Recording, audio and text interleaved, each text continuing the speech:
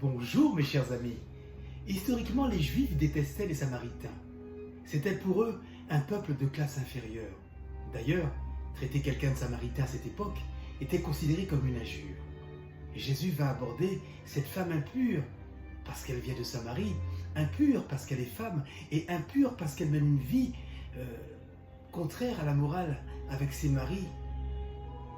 Bien-aimés du Seigneur, pour Dieu, il n'y a pas d'ennemis. Il n'y a pas d'exclus, il n'y a pas d'impardonnable. Tous ont droit à l'eau vive de la parole et de l'amour du Christ, qui est, rappelons-le, le trésor précieux en ces lieux.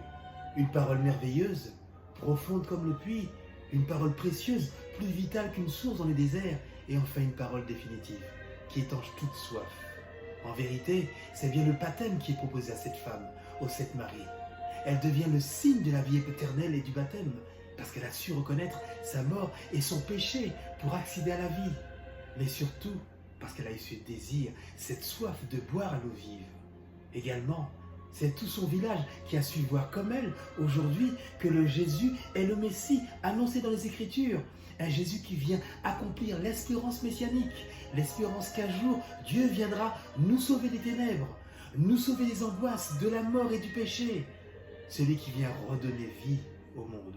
Celui qui nous ouvre grandes les portes du royaume, qui rétablit la paix et la justice dans un monde imparfait, qui guérit les cœurs malades et chasse les démons. Frères et sœurs en Christ, Jésus sait ce qui se cache au fond de chacun de nous. Il connaît notre histoire et l'espérance que nous portons dans nos fragilités. Il nous visite aujourd'hui encore et il veut nous sanctifier. Il nous rappelle notre passé pour que nous puissions le lui offrir. Mais il met en lumière nos blessures pour que nous puissions ouvrir un chemin de liberté aussi. Dans ces temps de cheminement vers Pâques, demandons la grâce de reconnaître que nous avons besoin d'être sauvés, de reconnaître que nous avons besoin de cette rencontre avec le Christ, véritable nourriture pour notre âme, et de reconnaître aussi que nous sommes les prostituées, les Samaritaines, que seul le Christ peut sauver, aimer, parce que le monde rejette. Alors ensemble, nous pouvons confesser haut et fort, nous savons que c'est vraiment lui, le sauveur du monde. Amen et bon temps de carême.